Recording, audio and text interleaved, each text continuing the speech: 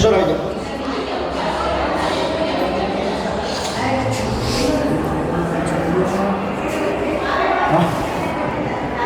મને વીજ કરે આવો લોકો કે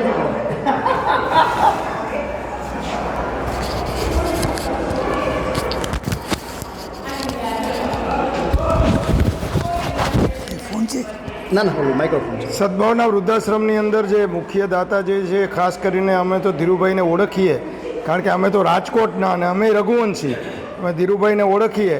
પણ આજે અમારી ટીમને જે લાવો મળ્યો છે કે અમે મુખ્ય દાતા સુધી પહોંચી શક્યા, કારણ કે સદભાવના વૃદ્ધાશ્રમની અંદર 108 કરોડનું દાન માત્ર એક વ્યક્તિ, અને એ પણ યુકેથી અહીંના જે વડીલોની જે સેવા છે.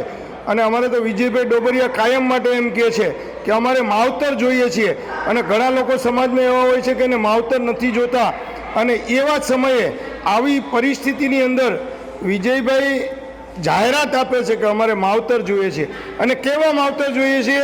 પથારીની અંદર હોય અને એને કોઈ નિભાવતું ના હોય, એને ડાયપર પહેરવા પડતા હોય, ક્રોનિકમાં ક્રોનિક બીમારી હોય.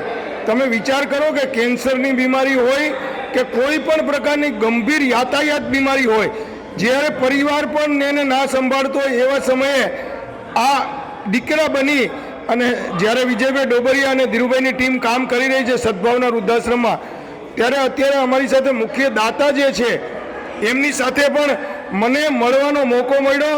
અને અમારી જે બિગ મોદી ટીવી ચેનલ છે, અમારી કોઈ પ્રોફેશનલ ચેનલ નથી.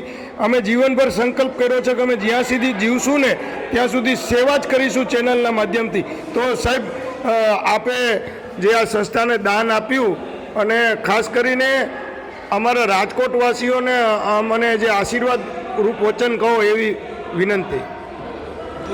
સૌપ્રથમ તો હું ધીરુભાઈ અને વિજયભાઈનો આભાર માનું કે અમને આવો મોકો આપ્યો કે અમે અમારા 10 પૈસા કે જે કાંઈ હોય એ દાન કરી શકીએ. તો એનો મોટો મોટો આભાર.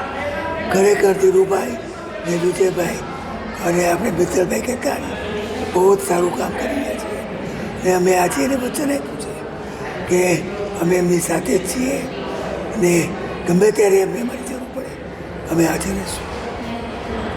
તમારા ચરણોમાં કોટી કોટી વંદન. આવો.